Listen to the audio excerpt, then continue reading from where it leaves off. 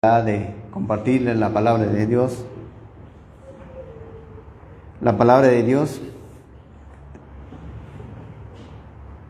Gracias.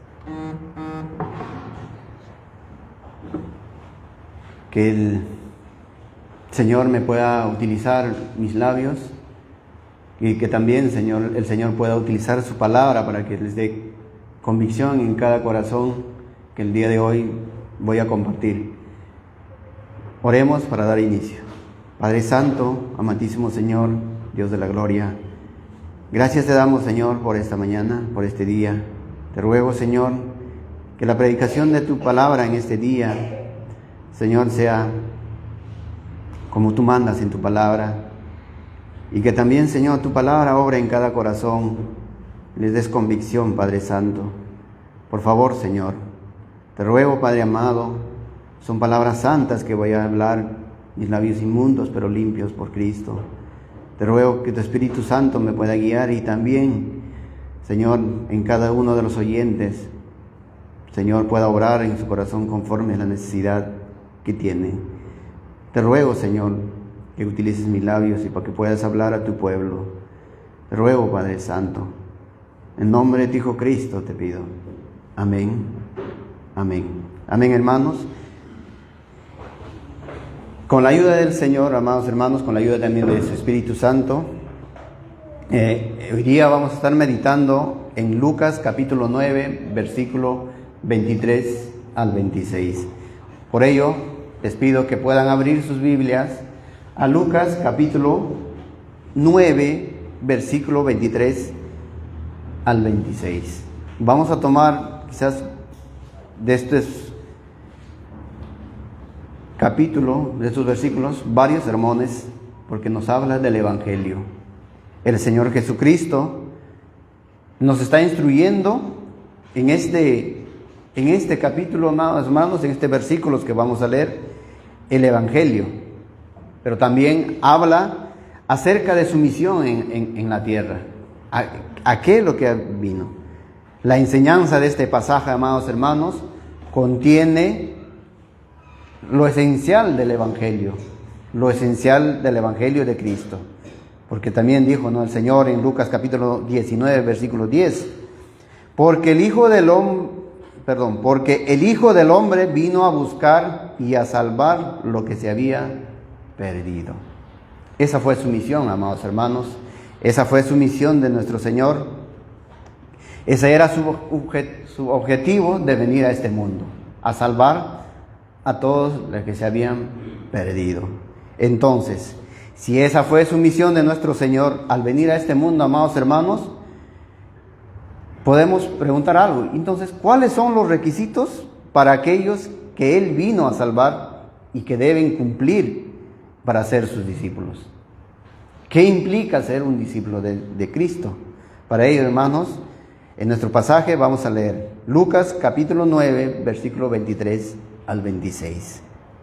La palabra del Señor dice: y decía a todos, si alguno quiere venir en pos de mí, niéguese a sí mismo, tome su cruz cada día y sígame. Porque todo el que quiere salvar su vida, la perderá. Y todo el que pierda su vida por causa de mí, éste la salvará. Pues, ¿qué aprovecha al hombre si gana todo el mundo y se destruye o se pierde a sí mismo? Porque el que se avergonzare de mí y de mis palabras, de éste se avergonzará el Hijo del Hombre cuando venga en su gloria y en la del Padre y de los santos ángeles. El Señor bendiga su palabra. ¿Qué significa ser o seguidor de Jesucristo? ¿Qué quiere decir ser un discípulo? ¿Qué significa ser salvo? Y este pasaje, amados hermanos, que acabamos de leer, nos enseña, nos contesta esas preguntas. ¿Qué es lo que significa ser discípulo o seguidor de Jesucristo? Y esas preguntas son contestadas con claridad, con precisión. ¿Tú quieres ser cristiano? Es la pregunta del Señor Jesucristo. ¿Tú quieres ser mi discípulo? ¿Quieres llamarte mi discípulo? Muy bien. Entonces, esto es lo que debe caracterizar a un discípulo de Cristo. Y eso lo vamos a ver hoy día, amados hermanos, con la ayuda de su Espíritu Santo. El versículo 23 nos dice: y decía a todos, si alguno quiere venir en pos de mí, ¿cuáles eran los requisitos? Continúa, ¿no? Niéguese a sí mismo, tome su cruz cada día y sígame. En este versículo podemos encontrar tres elementos. El primer elemento es negarse a uno mismo. Negarse a uno mismo. El segundo, ¿qué es? Toma tu cruz. Y el tercer elemento es sígame. Negarse a uno mismo, toma tu cruz y sígame. Veamos en esta mañana, amados hermanos, en forma general, las verdades de esta declaración de nuestro Señor Jesucristo.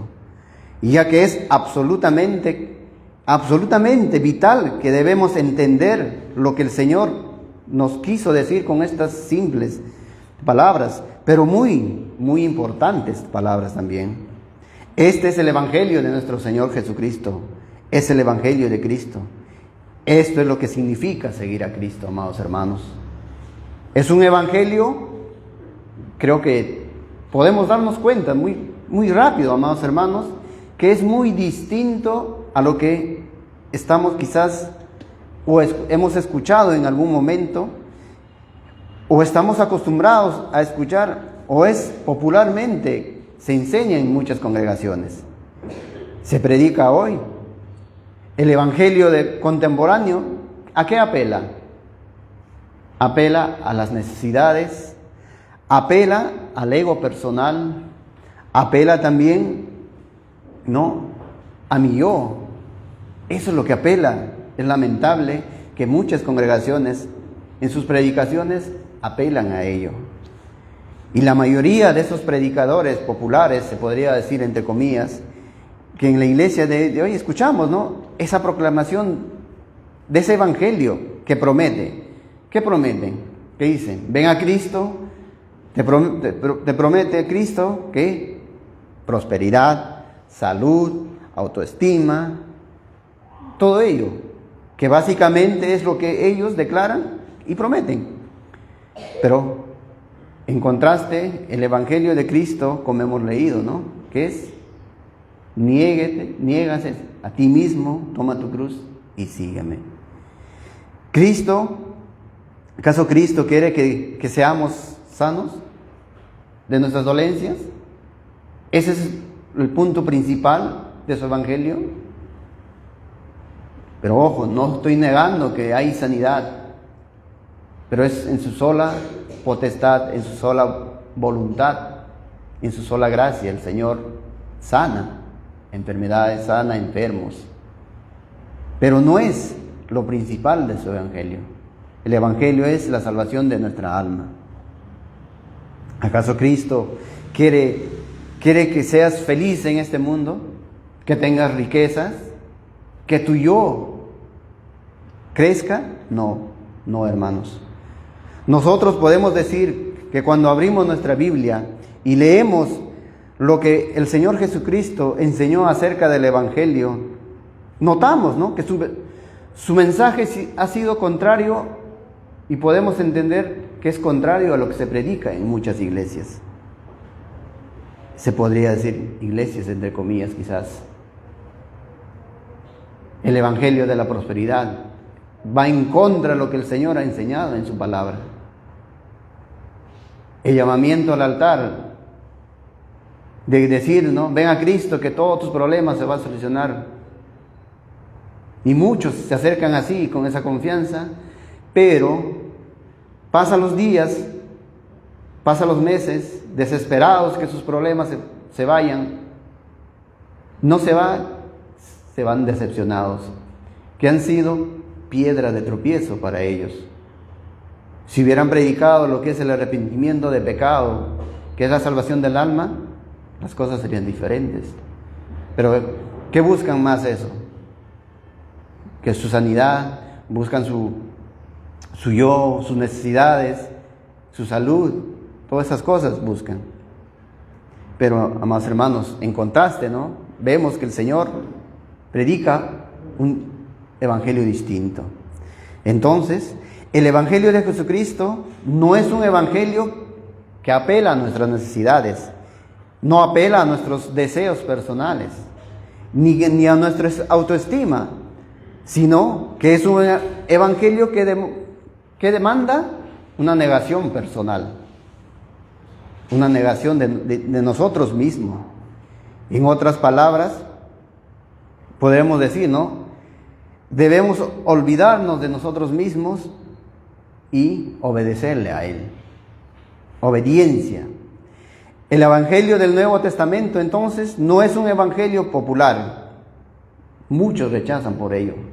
El verdadero evangelio, cuando se predica del pecado, del arrepentimiento de pecado, te rechazan, huyen. Como hemos leído en el pasaje de Mateo, ¿no? ¿Cómo rechazaron? No dejaron que el Señor entre a esa ciudad. El Señor estaba predicando su evangelio. Le rechazaron. Por eso ese evangelio que se predica en el Nuevo Testamento no es un evangelio popular. El evangelio del Nuevo Testamento es un evangelio, amados hermanos, que la mayoría de gente lo va a rechazar. Porque es un evangelio que demanda, ¿qué demanda? Compromiso, demanda sacrificio. El evangelio puro siempre ha sido difícil de creer, va a ser difícil de creer, va a ser difícil de aceptar, y lo seguirá siendo así, hermanos. Recuerden las palabras del apóstol Pablo, cuando nos recuerda en su primera epístola de Corintios, primera de Corintios capítulo 1, versículo 18, nos dice: porque la palabra de la cruz es locura a los que se pierden, pero a los que se salvan, esto es, a nosotros, es poder de Dios. Bien claro dice, ¿no? Porque la palabra de la cruz es locura para los que se pierden. Rechazan. Después en el versículo 23 de 1 Corintios capítulo 1 dice: pero nosotros predicamos a Cristo crucificado, para los judíos ciertamente tropezadero, y para los gentiles locura. Y en un sentido, no nos debe sorprender, amados hermanos, que el hecho de que el evangelio, cuando es claro y preciso, que encontramos en el Nuevo Testamento, no va a ser tolerante, no va a ser tolerado por la gente del día de hoy, por la gente del mundo. Y por supuesto, la gente que quiere escuchar ese evangelio que les eleve su yo, que les hable de sus necesidades, de sus problemas, pero no les gusta que les hablen de su pecado, del arrepentimiento, de cómo es seguir a Cristo. Hemos dicho tantas veces, amados hermanos, que el propósito de la iglesia, cuando uno se reúne como nosotros estamos reunidos en este día, el propósito no es para hacernos sentir bien, para nosotros mismos, sino el propósito es para cada vez más santificarnos, para cada vez ser más como Cristo. Ese es el propósito también de la iglesia. A la iglesia no venimos para sentirnos mejor, para sentirnos en nosotros mismos, sino para quizás sentirnos más pecadores, porque vemos la santidad, vemos cómo es nuestro Dios delante de nosotros, delante de nuestra pobredumbre, de nuestro pecado. Si hay una congregación o una iglesia donde se predica todo y toda la gente quizás se sienta bien porque les gusta escuchar ello, no les habla de su pecado, entonces esa iglesia no está predicando el evangelio verdadero, no está predicando el evangelio puro, sino está predicando para que se sientan a gusto y para que no se vayan resentidos quizás. Porque la palabra siempre, cuando es predicado, te llega a tu corazón porque te habla directamente el Señor. No es que el que predica te conoce, no es que quizás sabe tu pecado, no, sino es que el Señor, mediante su palabra, obra para que te pueda redarguir, para que te pueda corregir y también para que te pueda consolar. El Evangelio, amados hermanos, confronta a la gente con su pecado. Entonces no nos debe sorprender que la gente hoy rechace el Evangelio, que es cuando es preciso y claro, cuando es preciso y puro. Y eso lo encontramos en el Nuevo Testamento. Vivimos en un ambiente cultural donde, ¿qué se exalta? El bienestar económico, la autoestima, el amor personal, en la autoestima, como vuelvo a decir, el sentirse bien uno mismo. Eso es lo que predica, lo que busca la gente en este mundo. La autoestima, el yo. Qué contrario, ¿no? Lo que hemos leído, lo que el Señor nos dijo. Niégase a sí mismo, tome su cruz y sígame. Esta característica la Biblia describe como un pecado. El yo, buscar el yo mismo, en las Escrituras habla como un pecado. Y por supuesto, es un pecado, nos ha enseñado el apóstol Pablo en sus epístolas, que va a caracterizar a los hombres más y más a medida que acercamos, o a medida que se acerca la venida del Señor. Eso va a ser más evidente. Leamos, por ejemplo, segunda de Timoteo capítulo 3, versículo 1 al 5. ¿Qué es lo que nos dice? También debes saber esto, que en los postreros días vendrán tiempos peligrosos, porque habrá hombres amadores de sí mismo, avaros, vanagloriosos, soberbios, blasfemos, desobedientes a los padres, ingratos, impíos, sin afecto natural, implacables, calumniadores, intemperantes, crueles, aborrecedores de lo bueno, traidores, impetuosos, infatuados, amadores de los deleites más que de Dios, que tendrán apariencia de piedad, pero negarán la eficacia de ella. A estos evita. Bien claro, dice, ¿no? Que en estos postreros días vendrán tiempos, porque habrá hombres amadores de sí mismo. Eso es lo que se ve, es muy claro. Cada vez más y más resaltan el ego, la autoestima, el amarse a uno mismo. Que contraste a lo que el Señor nos dice. Pareciera ser una descripción de hoy día, ¿no? De toda la gente. Pareciera ser una descripción de la sociedad en que vivimos en estos momentos. Vivimos quizás en un contexto social o cultural de personas que están saturados, que están siendo bombardeados del amor propio. La gente ha hecho de la autoestima, amados hermanos, el amor a sí mismo, quizás una virtud. Una virtud. Y es en el contexto que nos enseña, es un amor egoísta. Pero no es el Evangelio. El Evangelio del Señor que te dice, si tú quieres ser mi discípulo, si quieres ser cristiano, estas son las condiciones. Nos dice, estas son las condiciones. Tienes que deshacerte de tu amor propio, en otras palabras. Eso es negarte a ti mismo. Negarte a ti mismo. Toma tu cruz y sígueme. Quizás recordando a Martín Lutero, quien era un sacerdote católico. En Alemania comenzó la reforma. Él se rebeló contra la iglesia romana. Al principio él no quería salirse de la iglesia, él quería reformar la iglesia católica romana. Sino que también él, ¿no? Sabemos por la historia de que él escribió 95 tesis, o 95 afirmaciones o protestas. He ahí que el nombre también de la Reforma Protestante. Eran 95 protestas que confrontaron directamente al sistema romano. Lutero tomó estas 95 protestas y la clavó en las puertas de Wittenberg, para que todas las personas pudieran leer. Y dentro de esas 95 tesis o 95 protestas, la cuarta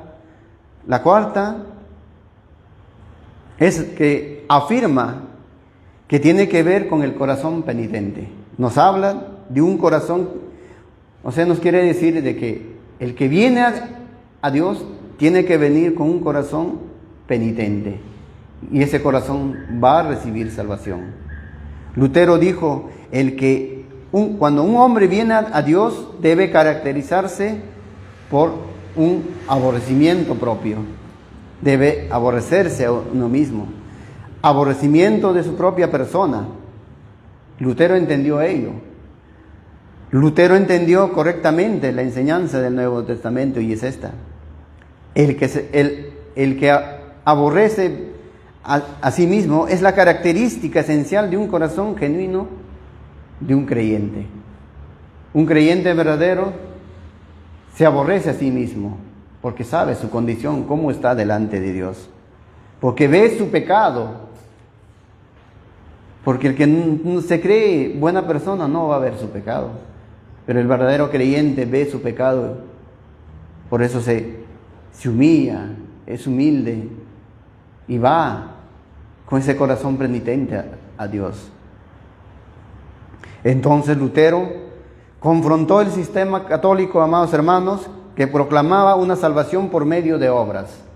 Y Lutero dijo: hasta que un pecador se aborrezca a sí mismo, no puede entrar en el reino de los cielos. Y eso es muy cierto. La persona, el varón o la mujer que no se aborrece personalmente a causa de su pecado, no puede entrar en el reino de los cielos. Lutero estaba hablando del aborrecimiento personal que invade el alma de una persona que se da cuenta de lo vil que es el pecado, de lo vil que es delante de su santidad. Una persona debe ser como Isaías cuando estuvo a la presencia del Señor en sueños. Dijo: ay de mí, ay de mí, ay de mí. Lutero tenía razón, hermanos. No hay nada que el hombre ni nada que pueda hacer para ganarse el cielo o para ganarse el favor de Dios. El hombre puede quizás creer en su propia justicia, que por esa justicia va a poder ganarse el cielo. Pero ¿qué nos dice Isaías? Y es un pasaje que todos conocemos. Isaías capítulo 64, versículo 6 dice: si bien todos nosotros somos como suciedad, y todas nuestras justicias como trapo de inmundicia. Bien claro, hermanos. Todos somos suciedad. Y todas nuestras justicias, nuestras obras, como trapos de inmundicia. Y caímos todos nosotros como la hoja. Nuestras maldades nos llevaron como el viento. Eso es lo que somos, hermanos. Todas nuestras obras, nuestras justicias, esa es como trapos de inmundicia, como delante del Señor. El hombre que viene entonces, que viene a Dios para salvación, entonces debe venir con una actitud humilde, que reconoce su absoluta indignidad, su absoluta incapacidad espiritual. De ahí viene, ¿no?, la incapacidad del hombre. La incapacidad del hombre delante de Dios. A esa persona es que Dios recibe. Esto es lo que el Señor Jesucristo también nos enseñó en las bienaventuranzas. La primera de ellas que dice: bienaventurados los pobres en espíritu. Bienaventurados los pobres en espíritu. Porque de los tales es el reino de los cielos. Los pobres de espíritu. Los que se consideran que no tienen ningún mérito para ganarse el cielo. Saben que su inhabilidad, su incapacidad no les puede o no puede alcanzar al Señor. Que se sientan que son totalmente indignos delante de Dios para obtener una salvación. De ellos dice el Señor, ¿no?, los que son pobres en espíritu, de ellos son el reino de los cielos. El Señor estaba predicando también en el monte a un pueblo saturado, a un pueblo religioso que enfatizaban a obras, a obras. Los fariseos, los saduceos, eso enfatizaban, a las obras de la ley. Ellos creían que obrando por las obras de la ley ellos podían ser aceptos delante del Señor. Los judíos en general creían que por cumplir la ley iban a ser aceptados delante del Señor. Y eso vemos, ¿no? El transcurso de la historia en las Escrituras. Cuando el Señor vino, habla también de ello, de que ellos buscaban la salvación mediante sus obras.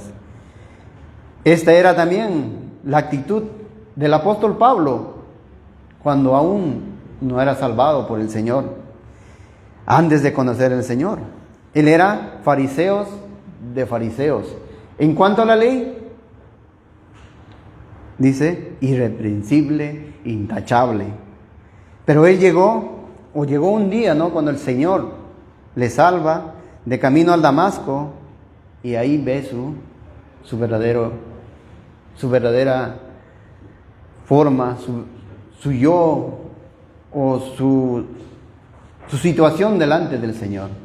Ahí recién se ve, porque antes de ello él se miraba como perfecto, intachable. Por ejemplo, Filipenses capítulo 3, versículo 4 al 9, nos habla de su relato.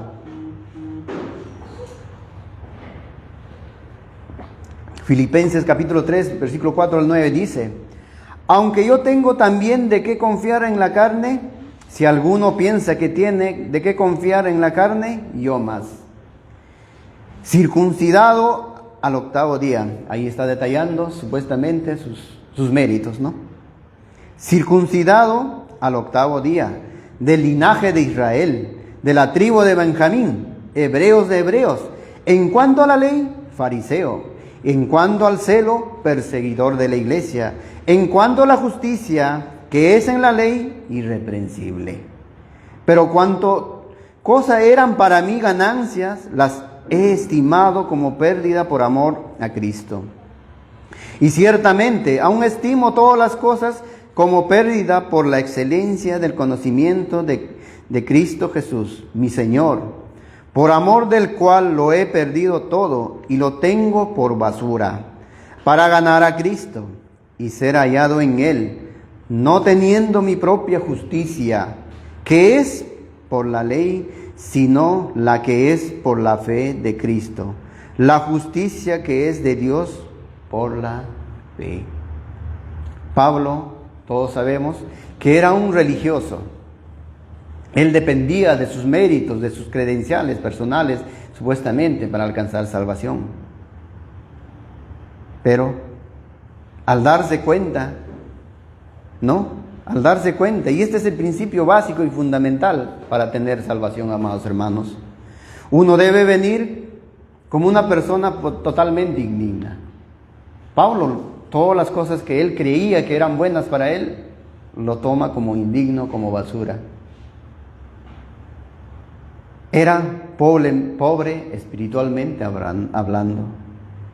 Dijo Pablo, ¿no? Todo lo tengo por basura. Mi propia justicia, mi religión, mis obras, mis méritos, mi trasfondo. Todas esas cosas para él, dice, no me sirven de nada. Lo tomo por basura. Él se decía, ¿no? Pues seguramente que soy absolutamente indigno, incapaz de salvarme con mis propios méritos. Y eso nosotros debemos entender. Nadie va a ser salvo por tus obras, por tus méritos. Si tú te crees bueno, ahí estás mal. Si tú te crees justo, mal. En 1 de Timoteo capítulo 1, versículo 15, también Pablo dice: palabra fiel y digna de ser recibida por todos, que Cristo Jesús vino al mundo para salvar a los pecadores, de los cuales yo soy el primero. Cuando el Señor le salva, cuando entendió su situación, su condición delante de Dios, ahí son estas palabras que dice: de los cuales yo soy el primero. Imagínense, ¿no? De ser un hombre que pensaba, ¿no?, que era suficiente en su propia justicia, en sus méritos, en lo que él creía, que se creía una buena persona, ahora dice, yo soy el primero de todos los pecadores. ¿Por qué? Porque sabemos, ¿no?, que él persiguió a la iglesia. ¿Cuánto dolor le habrá causado cuando el Señor les salva? Cuando el Señor le abre su entendimiento y mira y ve atrás su vida, él fue perseguidor de Cristo. ¿Cuánto dolor le habrá causado? Porque se vio su situación como era antes. El punto, amados hermanos, es claro en la Escritura. Nadie puede venir a salvación hasta que conozca su pecado. Nadie puede ser salvo si no conoce su pecado, si no conoce su indignidad, si no se aborrece a sí mismo. Esto es pobreza espiritual. Esto es negarse a uno mismo, hermanos. Entonces podemos notar que el Evangelio que el Señor Jesucristo presenta en este pasaje, amados hermanos, de Lucas, capítulo 9, es contraste a todo lo que se escucha en estos tiempos en muchas congregaciones. La pobreza espiritual no es tratar de alcanzar a Dios por medio quizás de maltrato físico. Eso también hay que entender. Es un maltrato de tu cuerpo, que algunos piensan. Otros piensan, quizás voy a alcanzar mi salvación dando limosnas. Como también, ¿no?, la Iglesia Católica, los muchos, ¿qué hacen? Se separan del mundo, se internan en un convento y supuestamente ahí se van a santificar, se van a purificar. Qué equivocados están. Nada, nuestros esfuerzos humanos de nada nos sirve. Eso entiendan. Cada esfuerzo humano de nada les sirve para ser aceptos delante de Dios. La única actitud que Dios acepta es de un corazón contrito y humillado. La única que acepta es ello. En otras palabras, un corazón o un pobre de espíritu. La única persona que puede acercarse a Dios y ser acepto es cuando se acerca así. Salmo capítulo 34, versículo 18, ¿qué nos dice? Cercano está Jehová a los quebrantados de corazón y salva a los contritos de espíritu. Salmo capítulo 51, versículo 17. Los sacrificios de Dios son el espíritu quebrantado. Al corazón contrito y humillado no despreciarás tú, oh Dios. Si alguien se acerca al Señor con un corazón contrito y humillado, el Señor no despreciará. Así es que si tú crees que te has arrepentido de corazón y el Señor te ha rechazado, eso es falso. Si tú te has arrepentido de corazón, has visto tu indignidad, tu pecado, y te has acercado al Señor, el Señor no te va a rechazar. Y eso también es la actitud del publicano del capítulo de Lucas 18, ¿no? Muchas veces hemos mencionado cuál era su actitud de Lucas, en Lucas 18 del publicano. Lucas 18, capítulo del 9 al 14, dice: a unos que confiaban en sí mismos como justos y menospreciaban a otros, dijo también esta parábola. 2 hombres subieron al templo a orar. Uno era fariseo y el otro publicano. El fariseo, puesto en pie, oraba consigo mismo de esta manera. Ahí, ¿no?, detalla supuestamente sus obras, sus méritos. ¿Qué dice el fariseo? Todo orgulloso, todo prepotente, todo elevado en su ego. ¿Qué dice? Dios, te doy gracias porque no soy como los otros hombres, ladrones, injustos, adúlteros, ni aun como este publicano. Ayuno 2 veces a la semana, doy diezmo de todo lo que gano. Sus méritos. Él confiaba en sus méritos. Seguramente que él no era ladrón, no era injusto, no era adúltero, pero tenía otro pecado, el pecado de orgullo. Pero versículo 13, mas el publicano, estando lejos, no quería ni aún alzar los ojos al cielo, sino que se golpeaba el pecho diciendo: Dios, sé propicio a mí, pecador. Ese es un corazón pobre en espíritu, un corazón contrito y humillado, porque entiende su pecado, entiende su condición delante del Señor. No quería ni siquiera alzar, porque se sentía indigno. Y esa es nuestra condición. Nos sentimos indignos cuando pecamos delante del Señor. Versículo 14 es la consecuencia, ¿no? El contraste de las dos personas. Os digo que éste descendió a su casa justificado antes que el otro. ¿Quién descendió a su casa justificado? El publicano. ¿Y el fariseo no? Él no. Porque cualquiera que se enaltece será humillado, y el que se humilla será enaltecido. Entonces el Señor dice que el hombre que entra al reino de los cielos, amados hermanos, es una persona que piensa que no es digna de ser aceptado delante de Dios. Esa debe ser nuestra condición. Es el hombre que se aborrece a sí mismo por el pecado que le agobia delante de Dios. Es triste ver gente que dice: yo soy cristiano, yo soy creyente, pero uno cuando comienza a conversar, y voy a decir que he pasado por esa situación. Yo antes creía que era creyente.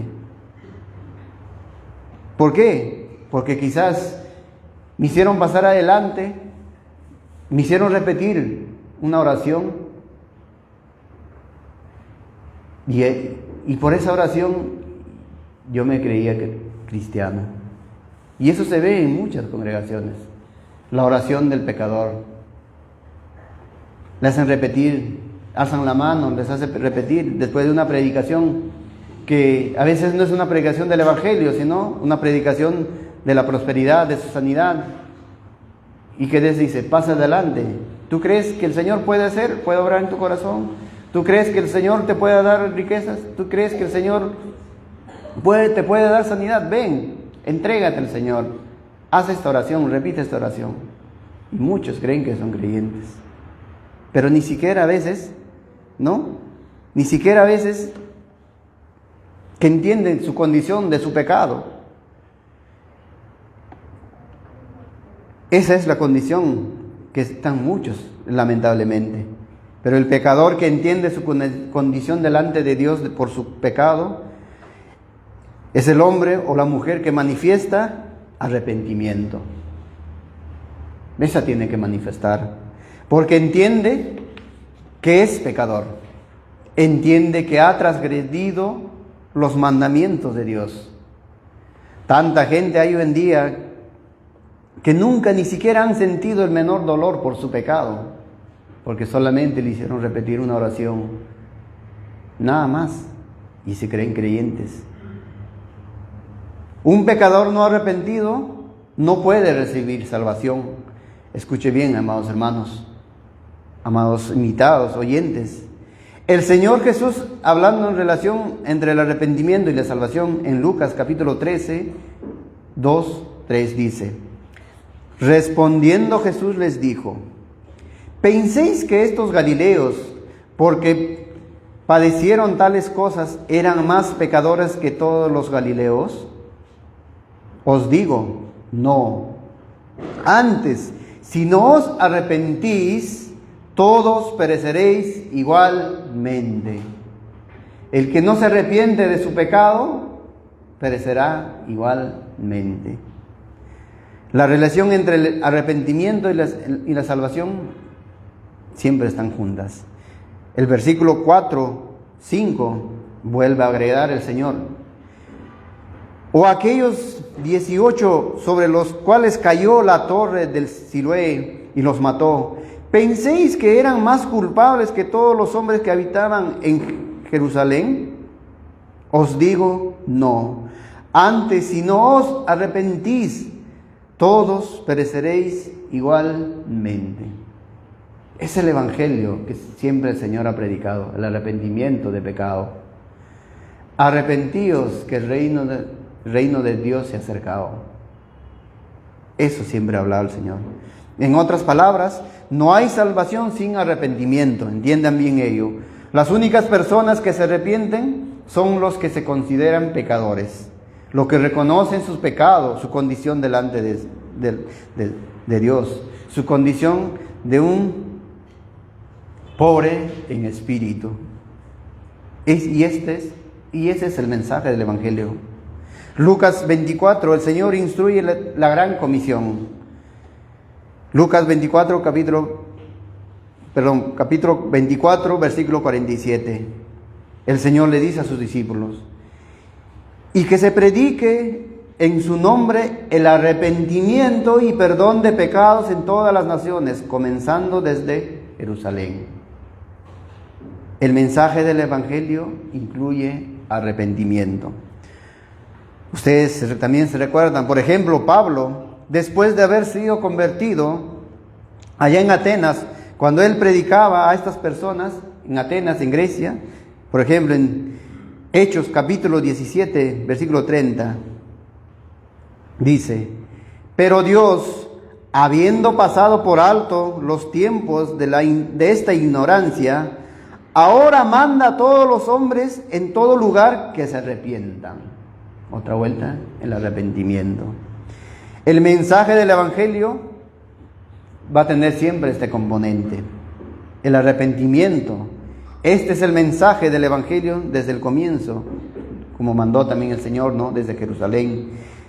En todo lugar y en toda época se tenía que predicar el Evangelio con este componente que es el arrepentimiento.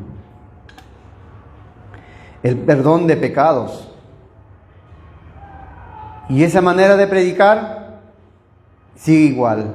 No cambia hoy, no cambiará mañana, no cambiará también hasta que el Señor venga.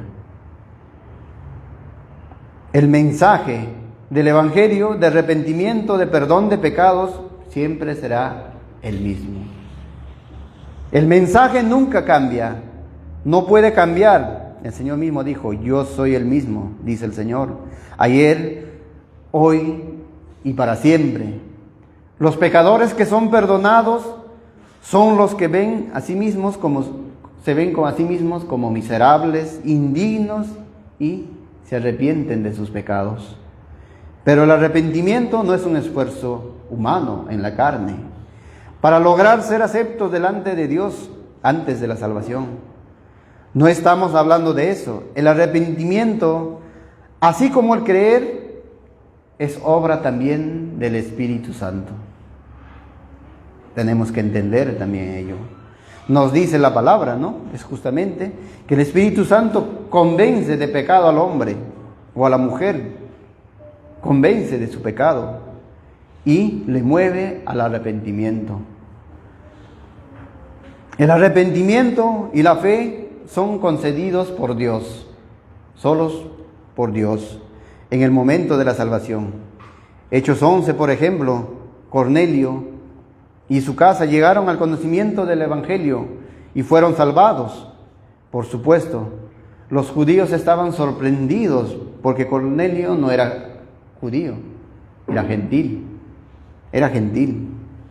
Los judíos originalmente, ellos pensaban que la salvación solamente era para ellos y no para los gentiles. Pero Hechos capítulo 11, versículo 18 dice: entonces, oídas estas cosas, callaron y glorificaron a Dios, diciendo: de manera que también a los gentiles ha dado Dios arrepentimiento para vida. Es claro la palabra. De manera que también a los gentiles ha dado Dios arrepentimiento para vida. El arrepentimiento es algo que Dios concede a cada ser humano. No es obra de uno mismo, no es obra porque quizás yo soy más inteligente, no. Sino es la obra del Espíritu Santo. Así como la fe es concedida, que es un don de Dios, también el arrepentimiento.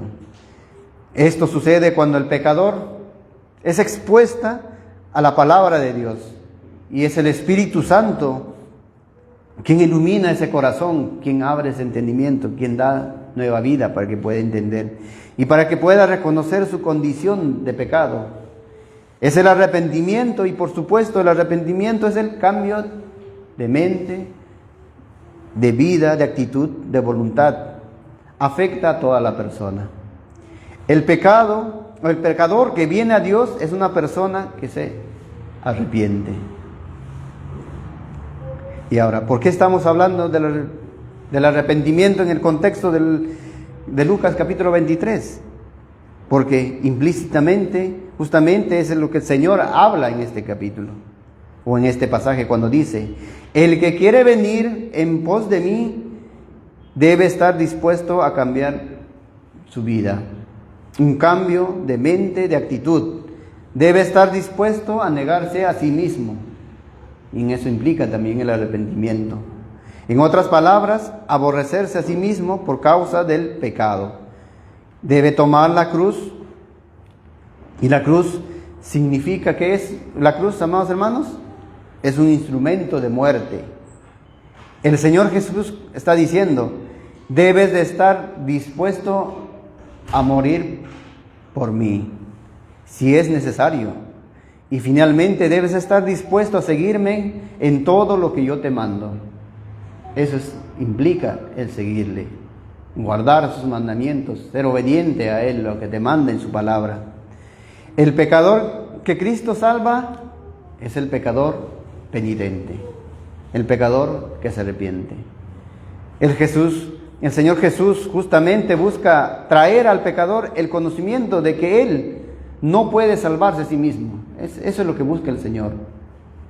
Que entendamos que nosotros no podemos salvarnos a nosotros mismos. A entender que no somos dignos, sino solamente somos dignos ¿de qué? De condenación por nuestro pecado. De una condenación eterna, separado de Dios. Los pecadores más duros de salvar son aquellos que se creen buenos. Creo que todos hemos pasado por ello cuando uno predica. Se creen buenos y es difícil hablar con ellos, porque se creen buenos, ¿no? Va a ser difícil siempre. ¿Quién eran los que se creían grandes personas? Por ejemplo, en el tiempo de Israel, los fariseos, los saduceos, ellos se creían, ¿no? Ellos se creían que se creían buenos en sus propios méritos. Pero el Señor en el Mateo capítulo 23 le dice, ¿no? A los fariseos le dice: hipócritas, generación de víboras, sepulcros blanqueados, le dice. Dura esa palabra, ¿no? Pero el Señor les dijo, porque el Señor conocía todo. Porque dice, ¿no? Por fuera blanco, pero por dentro estaban podridos, llenos de huesos de muerte. Y el Señor Jesucristo los confronta y más dice, en Mateo capítulo 21, versículo 31 dice: ¿cuál de los dos hizo la voluntad de su Padre? Dijeron ellos: el primero. Jesús le dijo: de cierto os digo que los publicanos y las rameras van delante de vosotros al reino de Dios. Porque vino a vosotros Juan en camino de justicia y no lo creísteis. Pero los publicanos y las rameras le creyeron. Y vosotros, viendo esto, no os arrepintéis después para creerle. Muy cierto.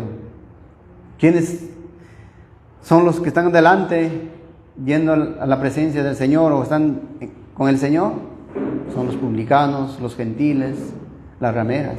Mientras que ellos, por su propia justicia que creían, estaban perdidos.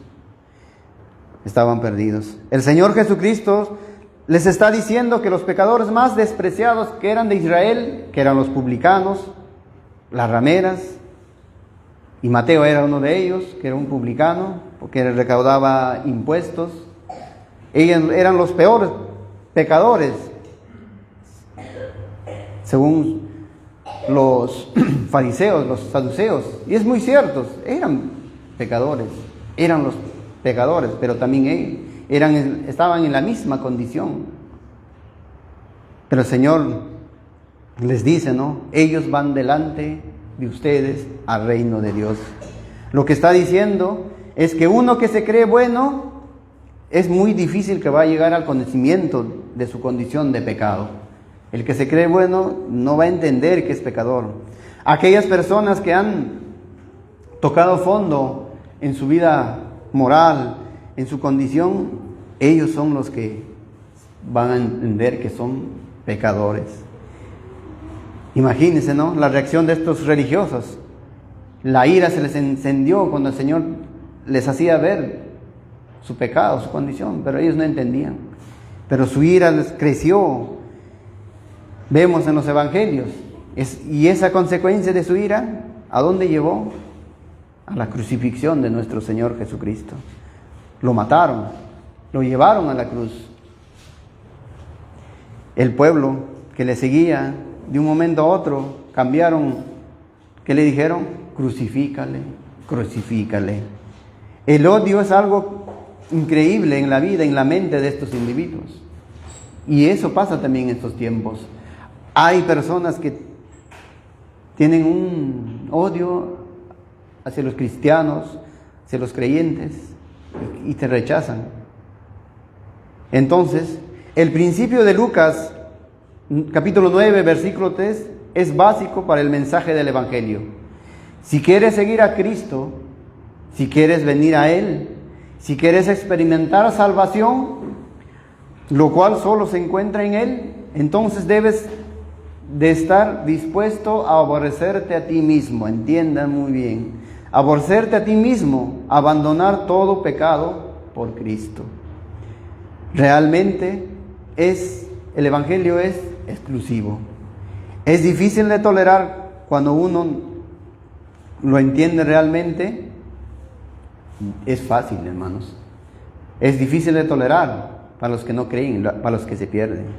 Pero para los que ya, por la gracia del Señor, son salvados, ¿no? Es luz, es vida, el Evangelio de Cristo. Los versículos 24-25 de Lucas 9, el Señor explica el principio por medio de una paradoja. Y esto es una paradoja. Dice: porque todo el que quiera salvar su vida la perderá. Y todo el que pierda su vida por causa de mí, éste la salvará. Pues, ¿qué aprovechará al hombre si gana todo el mundo y se destruye o se pierda a sí mismo? Hablando de su alma, ¿no? La paradoja es esta, hermanos. Si quieres salvar tu vida, entonces vas a tener que perderla. ¿Pero qué está diciendo el Señor? ¿Qué es lo que nos quiere decir? Esta es la explicación del principio en el versículo 23. Para ser el discípulo de Cristo, tienes que estar dispuesto a abandonar todo lo que es precioso para ti. Tu persona, tu familia, tus posesiones, tu fama, aún tu vida. Y tienes que tomar tu cruz y tienes que seguirle.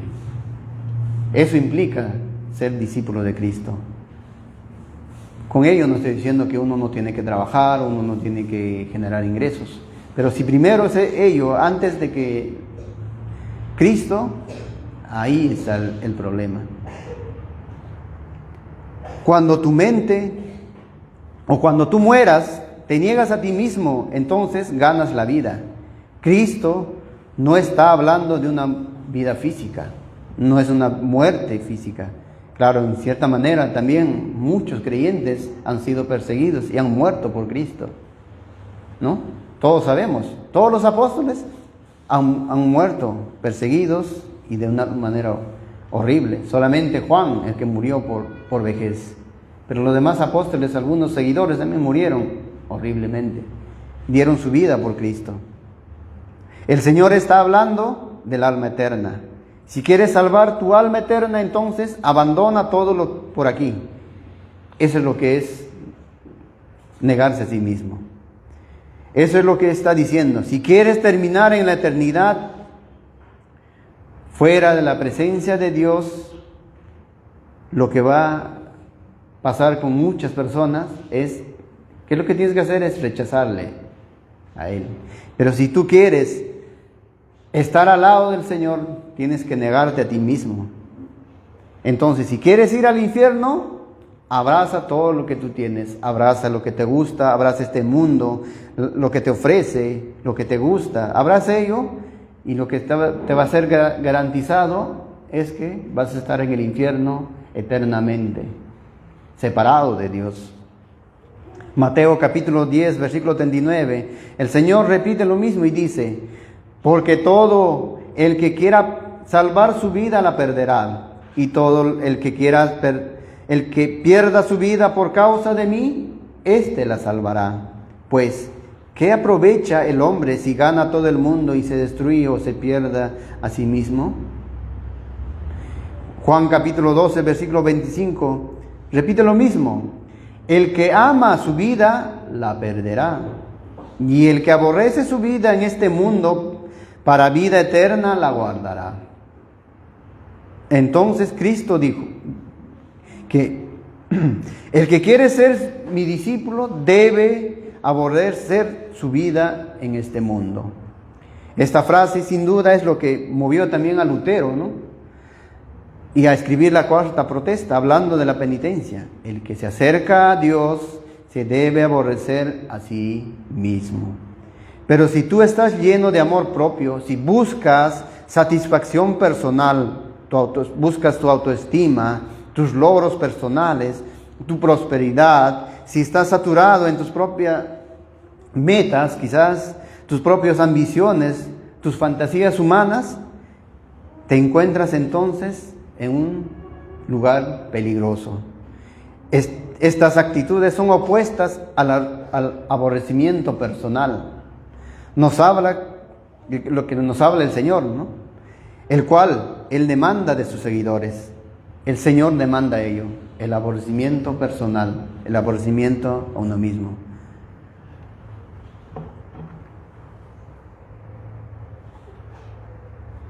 La pregunta también puede ser, ¿a quién servimos? ¿O a quién sirves? ¿Te estás sirviendo a ti mismo? ¿A lo que tú quieres? ¿A lo que tú amas? ¿A lo que tú deseas? ¿A lo que te apetece en ti mismo? ¿O estás sirviendo a aquel que te llamó? ¿O estás sirviendo a tu Señor, a tu Salvador? Quiero que veamos esta frase en el versículo 24 que clarifica exactamente lo que requiere el Señor de nosotros. Cuando dice, todo el que pierda su vida, escuche bien, por causa de mí la salvará. Cristo está hablando de negación personal, el abandono de todo lo que uno cree de valor en esta vida. Si uno cree de valor tu hijo más que el Señor, tienes que cambiar ello. Si tu familia es más que el Señor, tiene que cambiar ello. Debemos entender que al final al cabo, Él es el camino de la salvación. Cristo es el único, el camino y la vida. Es el único que da salvación. Entiendan, hay mucha gente que da sus posesiones, se sacrifican por otros. Hay gente, y vemos, ¿no? Supuestamente por ejemplo, los musulmanes. Ellos entregan su vida, se plantan bombas y van, supuestamente ellos están haciendo sus obras para agradar a su Dios, pero no se dan cuenta que ellos cuando mueren y se despierten van a estar en el infierno, alejados de Dios, separados de Dios. Entonces, hermanos, la negación de la que el Señor habla es el sacrificio, es un sacrificio para nosotros. Él se refiere que es por su causa. El Señor está hablando de un abandono y un aborrecimiento personal, porque este individuo entiende su condición delante de Dios. Entonces Él se entrega su vida a Cristo. La persona que viene al Señor Jesucristo debe llegar a esa conclusión. Quizás decir, yo no tengo nada que ofrecerte, Señor. Yo odio mi pecado, odio lo que soy. ¿Qué puedo ofrecerte, Señor? Nada, absolutamente nada. Esa debe ser quizás sus palabras. Jesucristo es el único camino, amados hermanos, en quien se encuentra el único medio de salvación. Ya lo expresó también el apóstol Pedro en Hechos capítulo 4, versículo 12. Y en ningún otro hay salvación, porque no hay otro nombre bajo el cielo dado a los hombres en que podemos ser salvos. ¿En quién es? ¿Cuál es ese nombre? Cristo. Es lo que Jesucristo dice. El que va a perder su vida a causa de mí, yo soy el único que puede dar vida. No hay otro nombre dado a los hombres bajo el cielo por el cual una persona puede ser salvo, solo por Cristo. La única manera de salvar la vida, salvar el alma, es aborreciéndose todo lo que consideramos de valor en esta vida. Como ejemplo, Pablo, aborreciéndonos a nosotros mismos, aborreciendo nuestro pecado, nuestra indignidad. En el versículo 25 de Lucas 9, el Señor hace una pregunta muy importante. Dice, pues, ¿qué aprovecha el hombre si gana todo el mundo y se destruye o se pierde a sí mismo? ¿Qué aprovecha? Nada. Algunos los que escuchaban a Jesús posiblemente, y quizás también estos tiempos, puedan escuchar y puedan decir, no, pero ¿qué tengo que hacer? Yo tengo que perder mucho entonces. Se pueden preguntar. Yo tengo riquezas, yo tengo ello. ¿Tanto voy a perder? Muchos se preguntarán. Quizás como el ejemplo, ¿no?, del joven rico, que todos también conocemos esa historia. Mateo capítulo 19, versículo 16 al 22 dice, entonces vino uno y le dijo, maestro bueno, ¿qué bien haré para tener la vida eterna? Él le dijo, ¿por qué me llamas bueno? Ninguno hay bueno sino uno, Dios. Mas si quieres entrar en la vida, guarda los mandamientos. Le dijo, ¿cuáles? Y Jesús dijo, no matarás, no adulterarás, no hurtarás, no dirás falso testimonio. Honra a tu padre y a tu madre y amarás a tu prójimo como a ti mismo. El joven le dijo, todo esto lo he guardado desde mi juventud. ¿Qué más me falta? Jesús le dijo, si quieres ser perfecto, anda, vende todo lo que tienes y dalo a los pobres y tendrás tesoros en el cielo. Y ven y sígueme. Igual, aquí también implica, ¿no? Niéguete a ti mismo, deja tus riquezas, toma tu cruz y sígueme. Pero oyendo el joven, versículo 22, oyendo el joven esta palabra, se fue triste porque tenía muchas posesiones. Él se creía justo, él se creía que había cumplido todos los mandamientos de la ley. El Señor no le dice, no, tú has pecado en esta ley, pero va por otro camino. Él tenía amor al dinero. No podía dejar sus posesiones y seguirle. Y eso hay que entender. No era el hecho de que vender sus posesiones lo iba a convertir, tampoco. No es que yo tengo riquezas y regalo todo y eso me va a hacer acepto al Señor, no. Sino que Jesucristo estaba diciendo, si quieres ser mi discípulo, tienes que negarte a ti mismo. Tienes que tomar tu cruz y debes seguirme. Debes de estar dispuesto a perder todos, nos dice este pasaje. Pero se dio vuelta triste. Y es igual, ¿no?, que hemos leído en Mateo capítulo 8, versículo creo que 34. Porque vieron que el que estaba cuidando el hato de cerdos perdió toda su riqueza, todo lo que tenía, a causa de Cristo. Y el pueblo, cuando se enteró todo ello, lo rechazaron, porque temieron también que iban a perder sus riquezas. Quizás pueden pensar y decir que el Señor es mucho lo que Él pide. Puedan pensar quizás.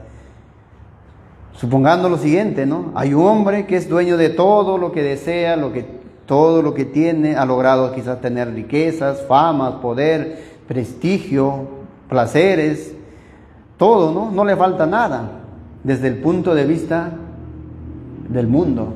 Todo está bien, supuestamente hay felicidad. Pero hay gente que tiene mucho, pero sin embargo dice, tienes todo, ¿y de qué te sirve? Si tu alma la vas a perder, tu alma está perdido, ¿de qué te sirve? De nada sirve, ya que todo es temporal, ya que todo lo que tenemos en esta vida es temporal, pero nada es comparado de las riquezas que vamos a tener en el cielo con el Señor.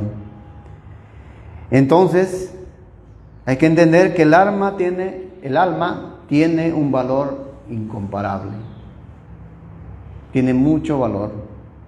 La gente del mundo piensa que en cuanto más tienes o más acumulas, de alguna manera eso te va a dar felicidad y satisfacción. Ese es el yo.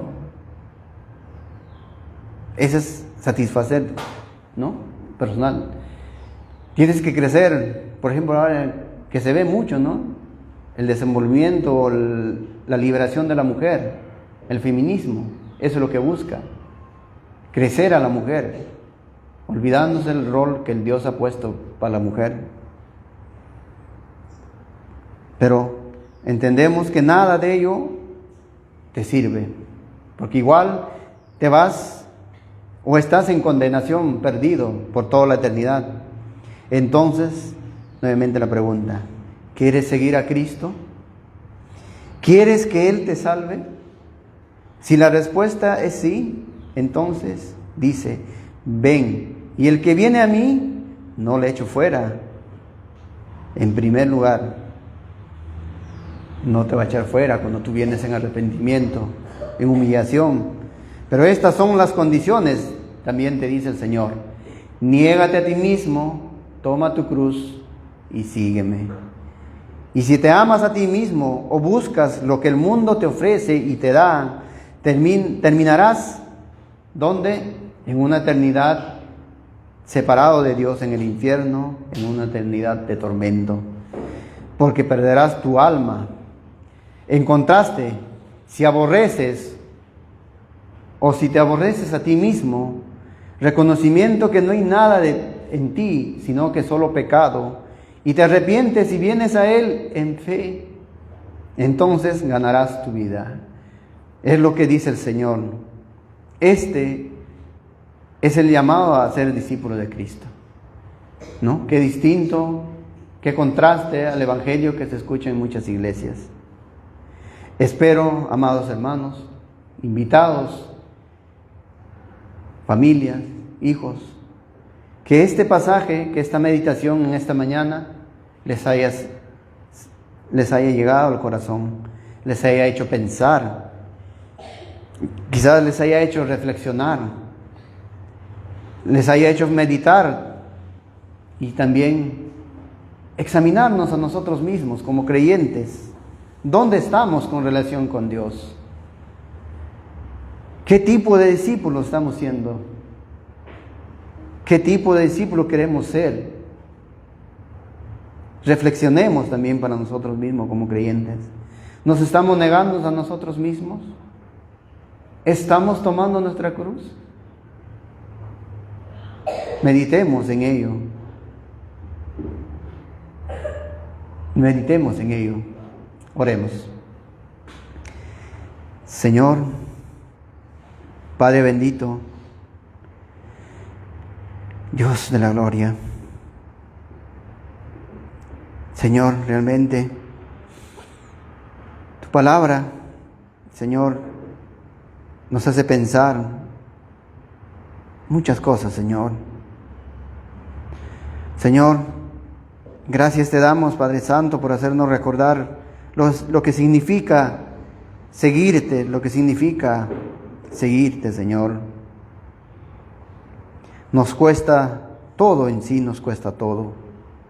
Pero, Señor, sabemos que seguirte, de ser tu discípulo, es una bendición. Es una bendición que no es comparado con nada. No es comparado, Señor, todo lo que tenemos o padecemos en esta tierra con lo que tendremos en una eternidad. No es comparado con la gloria que tendremos contigo, Señor. Ayúdanos, Señor, a reflexionar. Padre, ayúdanos a reflexionar en esta verdad. Ayúdanos a cambiar donde debe haber cambio, Señor. Te ruego, bendito Padre, como creyentes, ayúdanos, que tu Espíritu Santo nos haga ver nuestro pecado, nuestras falencias, en qué estamos fallando, Señor, para ser unos discípulos, en la cual que nos neguemos a nosotros mismos. Que siempre, Señor, tomemos nuestra cruz y te sigamos cada día. Pero también, Señor, en una forma particular te pido, Señor, que si hay una persona, Señor, en este lugar, nuestros hijos quizás, nuestros invitados, los familiares, Señor, que no han puesto aún su fe en tu Hijo Cristo, te ruego, Señor, que también puedan entender qué es seguirte, Señor, qué es seguirte, que deben entender cuál es ser tu discípulo, Señor.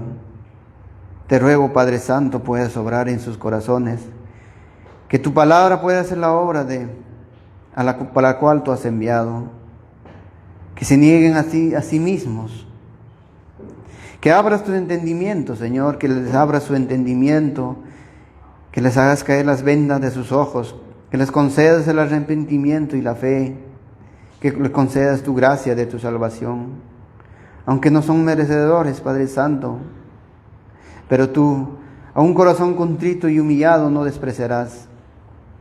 Cuando se acercan en pobreza de espíritu, aborreciéndose a sí mismo, conociendo su condición de pecado delante tuyo, Señor, tú no lo rechazarás. Por eso, Señor, te rogamos por nuestros hijos, por aquellos que aún no han puesto tu fe en tu Hijo Cristo, Señor, que tú puedas hacer la obra. Hoy es el día de su salvación. Te ruego, Señor, obres en sus corazones. Gracias, bendito Padre. Señor, que sean como el publicano, que no quería ni siquiera alzar sus ojos y solamente se golpeaba el pecho diciendo: sé propicio a mí, pecador. Esa sea su condición de ellos, Señor. Por favor, Padre Santo, gracias, Señor. Salva a tus hijos, Padre Santo. Edifica también esta iglesia, Padre amado. Danos ánimo, fuerzas, que continuemos en tu palabra, Señor. Gracias, Señor, por todo, por tu palabra. Bendiga tu palabra, bendice también a todos mis hermanos. Gracias, Señor, por todo. En nombre de tu Hijo Cristo te agradezco y te pido. Amén, amén, amén.